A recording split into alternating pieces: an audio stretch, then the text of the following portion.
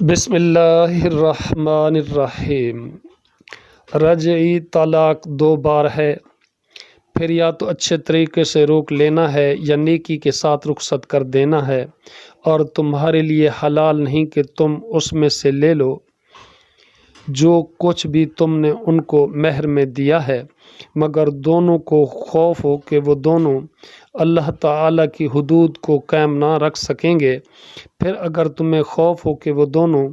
اللہ کی حدود کو قائم نہ رکھ سکیں گے تو ان دونوں پر اس میں کوئی گناہ نہیں ہے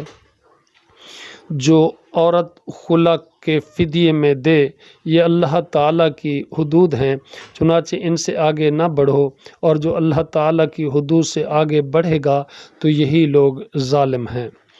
پھر اگر وہ اسے تیسری مرتبہ طلاق دے دے تو وہ اس کے بعد اس کے لیے حلال نہ ہوگی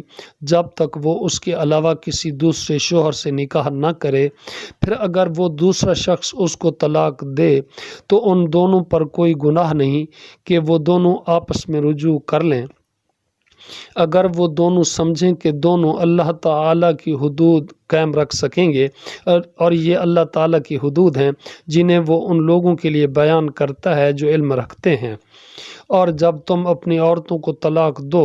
پس وہ اپنی عدت کو پہنچ جائیں تو اچھے طریقے سے انہیں روک لو یا اچھے طریقے سے انہیں چھوڑ دو، اور انہیں تکلیف دینے کے لیے نہ روکے رکھو کہ تم زیادتی کرو،